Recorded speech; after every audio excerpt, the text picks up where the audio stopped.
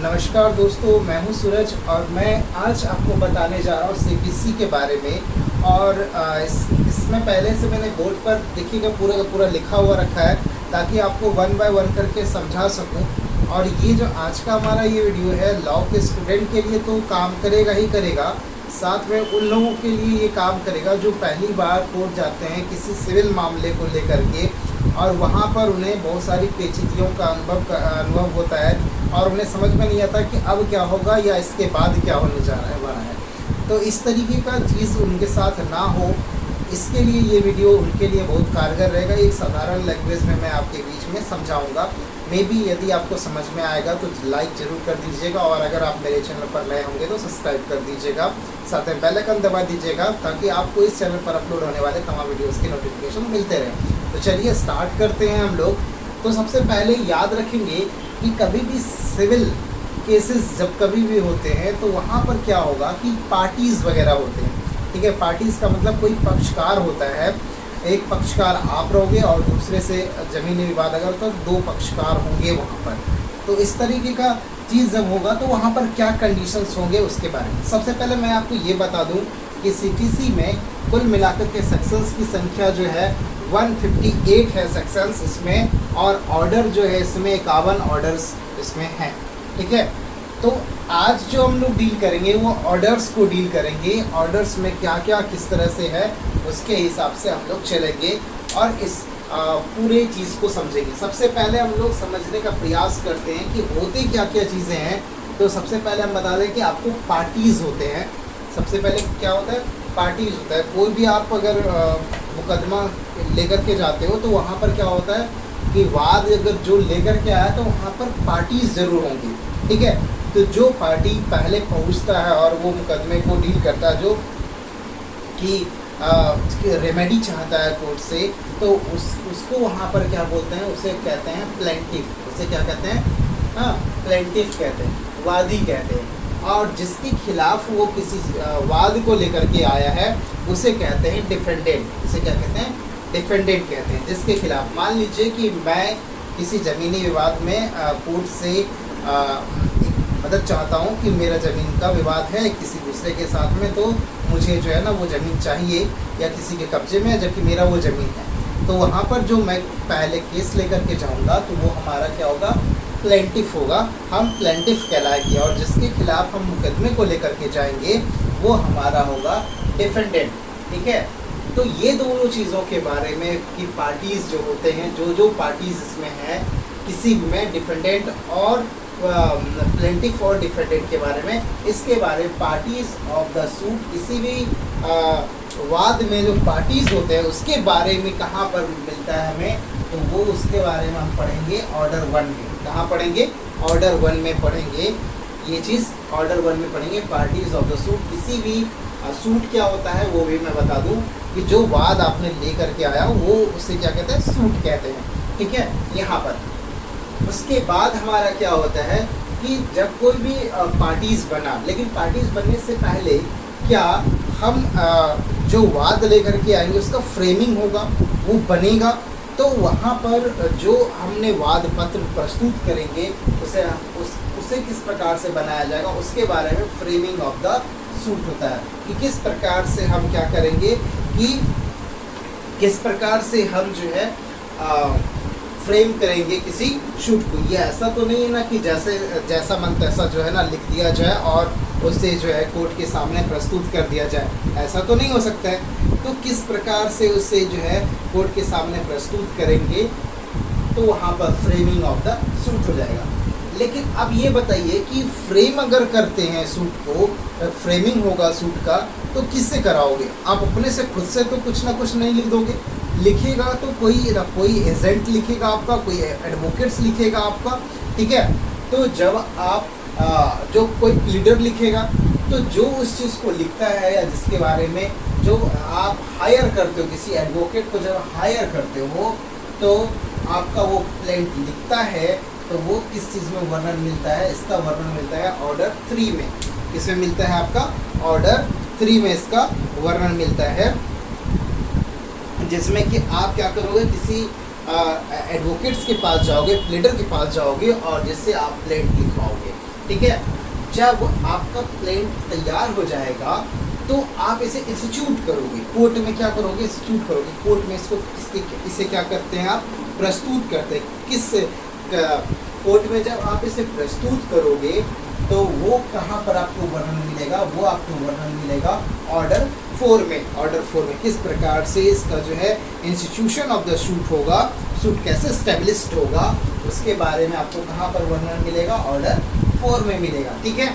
अब और याद रखिएगा ये कंसल्टिंग है, ये जो ऑर्डर 4 है हमारा, ये इसके बारे में जो और डिटेल्स इसको किसके साथ पढ़िएगा ताकि आपको समझ में आए। तो सेक्शन जो है वह 26 और सेक्शन जो है 26 के और आदेश जो है वो 4 दोनों साथ में से पढ़िएगा। तो इंस्टीट्यूशन ऑफ सूट के बारे में आपको जो है ब्रीफ में नॉलेज मिलेगा। ठीक है कि क्या होगा। अब देखिए आपने इंस्टीट्यूट करा दिया, आप इतना दूर तक आपका किसका काम पड़ा, इतना दूर तक आपका काम पड़ा है सिर्फ और सिर्फ प्लेंटिफ का। कैसे कि पार्टीज जो पहले पार्टीज बने थे, आप पार्टीज बने, अपने सूट लेकर के आप कोई जमीनी विवाद हुआ तो आपने क्या किया, सूट फाइल किया, फ्रेमिंग हुआ सूट का, फिर आपने एक एडवोकेट्स को रखा, प्लीडर को रखा जो कि उसको 1 बाय 1 करके लिखता है वो, ठीक है, किस प्रकार से क्या रेमेडी चाहिए। हाँ, उसके बाद आपने इंस्टीट्यूशन ऑफ द सूट जो है ना स्टेब्लिश्ड हो गया कोर्ट में। अब क्या हो गया, सूट स्टेब्लिश्ड हो जाता है। जब सूट जैसे ही स्टेब्लिश्ड हो गया तो कोर्ट के सामने में पहुंच गया तो कोर्ट क्या करेगा, तो केवल एक ही पार्टी अभी तक तो है, ठीक है ना, कोर्ट तो दूसरे पार्टी को बुलाया नहीं है। तो कोर्ट क्या करता है, दूसरे पार्टीज को बुलाता है, जहाँ पर इशू करता है या उसको समन्स इशू किया जाता है। Issue and service of summons जो है ना वो इशू किए जाते हैं। किसे इशू किए जाएंगे भाई, तो ये कहाँ पर वर्णन मिलेगा, तो ये आपका ऑर्डर 5 में जो है इसका वर्णन मिलेगा। ऑर्डर 5 में जो है इसका वर्णन मिलेगा जहाँ पर कि सूट एस्टेब्लिश्ड हो रहा है। ठीक है, सॉरी, जहाँ पर कि समन इशू हो जाएगा। ऑर्डर कहाँ पर मिलेगा, ऑर्डर 5 में इसका जिक्र है। ठीक है।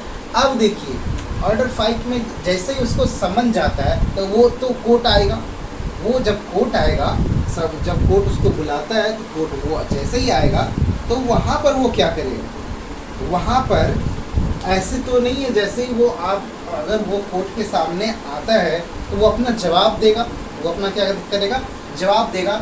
तो प्लीडिंग वहाँ पर क्या होगा, प्लीडिंग बनेगा। वो कुछ से कुछ तो जवाब नहीं दे सकता, कुछ ना कुछ उसमें लिखेगा, वो अपना पूरा का पूरा तैयार करेगा कि नहीं मेरा जो जवाब है वो किस प्रकार से होना चाहिए। तो वहाँ पर प्लीडिंग के बारे में वर्णन मिलता है। तो वहाँ पर प्लीडिंग के बारे में ऑर्डर 6 में आप जाओगे तो वहाँ पर प्लीडिंग के बारे में आपको वर्णन मिलेगा, किस प्रकार से वो रखेगा।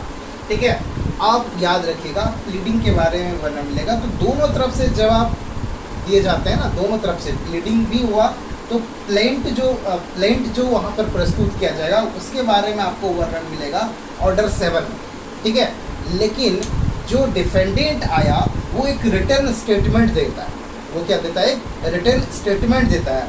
उसके बारे में आपको जो वर्णन मिलेगा वो मिलेगा ऑर्डर 8 में। तो ऑर्डर 8 कहता है कि एक रिटर्न स्टेटमेंट जो है वो देना होता है। किसको देना होगा, डिफेंडेंट को वहाँ पर देना होगा कोर्ट के सामने में। जैसे तैसे तो दे देगा नहीं, तो वो एक तरीके से, एक सलीके से जो है ना वहाँ पर स्टेटमेंट देगा, रिटर्न स्टेटमेंट देगा, जो कि कोर्ट उसको एग्री करेगा या डिनाई करेगा, जो भी करना होगा वहाँ पर कोर्ट के सामने वो प्रस्तुत कर सकता है, जो कि ऑर्डर 8 में आपको वर्णन है। तो 1 बाय 1 करके आप पढ़े। तो सबसे पहले पार्टीज ऑफ द सूट आया जो ऑर्डर 1 में दिखाया गया। फ्रेमिंग करोगे आप किस चीज़ के बारे में, फ्रेमिंग ऑफ द सूट आप फ्रेमिंग करते हो तो ऑर्डर 2 में है आपको।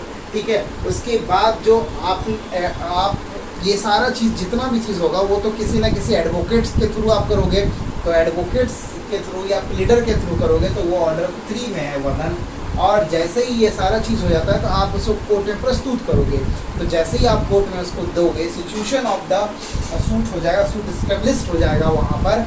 और जैसे ही सूट वहाँ पर आया तो आपने तो एक तरफ अभी तो आप प्लेंटिफ हो, आपने ये सारा बात कोर्ट के सामने प्रस्तुत किया। तो कोर्ट क्या करता है, समन इशू कर देता है। वो समन इशू किसको करता है, डिफेंडेंट को इशू कर देता है। तो वो कहाँ से करता है, ऑर्डर 5 के थ्रू करता है। जब ऑर्डर 5 के थ्रू वो इशू कर देता है तो उसके पास सूचना जाता है, तो वो क्या सहारा लेगा, वहाँ पर प्लीडिंग का काम आएगा। प्लेंट वो भी बनाएगा, प्लेंट तो आपने बनाया, प्लीडिंग का वहाँ पर काम आया ऑर्डर 6 में, और प्लेंट के बारे में ऑर्डर आपको 7 में मिलेगा। और उसके बाद वो एक रिटर्न स्टेटमेंट देगा, वो रिटर्न स्टेटमेंट जो है वो कोर्ट के सामने प्रस्तुत करेगा, ठीक है। वो जब हाजिर होगा कोर्ट के सामने तो वो इतना सारा स्टेटमेंट जो है ना वो प्रस्तुत करेगा कोर्ट में किसी एडवोकेट के थ्रू। जब वो ये सारी चीज़ें प्रस्तुत कर देगा तो कोर्ट दोनों के बातों को तो सुनेगा।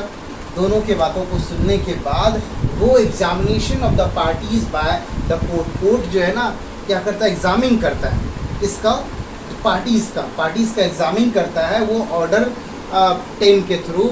और जब वो एग्जामिन कर देता है तो वो क्या करेगा भाई, वो एग्जामिन कर लेने के बाद क्या क्या चीज़ें वो वहाँ पर आएगी। तो ऑर्डर आपका जो 11 है वहाँ पर डिस्कवरी एंड इंस्पेक्शंस की बात कहा गया है। ऑर्डर आपको 11, 12 और 13 जो है वो कंटिन्यूस एक साथ जो है ना उसको आप पढ़िएगा, ठीक है। एक साथ आपको इसको पढ़ना पड़ेगा, जहाँ पर कि कोर्ट जो है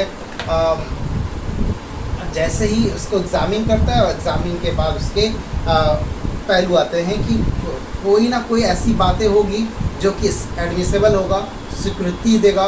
कौन भाई, दोनों पार्टीज़ की, दोनों के बीच में जो विवाद हुआ है उसमें कौन से बातों को वो स्वीकार करेगा, कौन से बातों को वो डिनाई करेगा।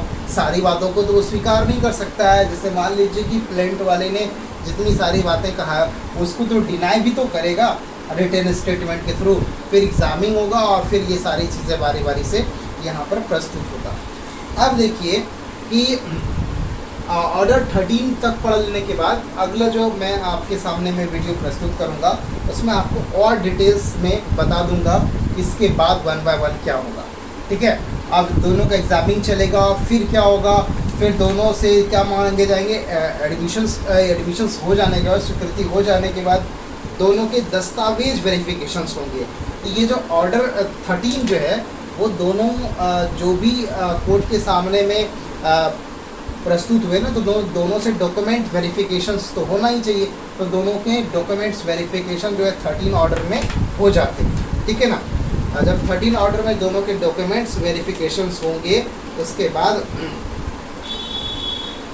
बाद हमारा जो है यहाँ पर कुछ ऐसे फैक्ट्स होंगे जो मैंने पहले ही बताया, कुछ ऐसे फैक्ट्स होंगे जिसको कि कुछ डिनाई करेगा, कुछ को वो क्या करेगा, एक्सेप्ट करेगा कि नहीं ये चीज़ें हैं और ये चीज़ें हैं, ठीक है।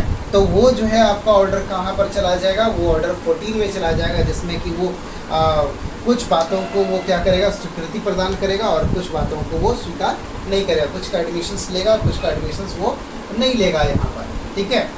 और उसके बाद जो ऑर्डर 14 कहता है कि डिस्पोजल ऑफ द सूट का फर्स्ट हियरिंग हो जाने के बाद जो है बहुत अभी तक में जितना भी चीज़ें हुआ उसमें कोर्ट को उस सूट के बारे में बहुत ज़्यादा नॉलेज हो चुका है।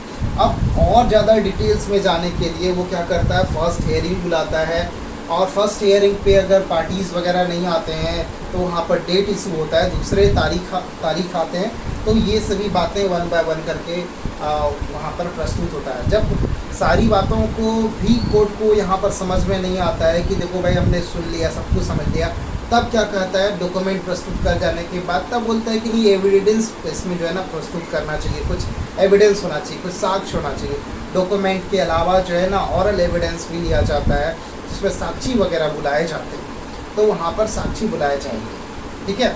और साक्षियों को सम्मन जो इशू होगा वो ऑर्डर 16 के थ्रू होगा। जो एविडेंस जो वहाँ पर प्रस्तुत करेंगे, समन्स इशू होगा किसी साक्षी के बारे में, तो वो साक्षी जो है ना फलाना डेट पर आएंगे।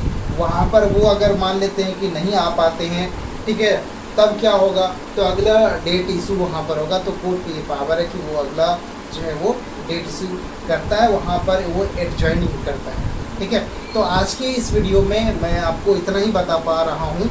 अगले वीडियो में मैं और प्रस्तुत करूँगा इससे थोड़ा सा और आगे और डिटेल्स में लेकर के।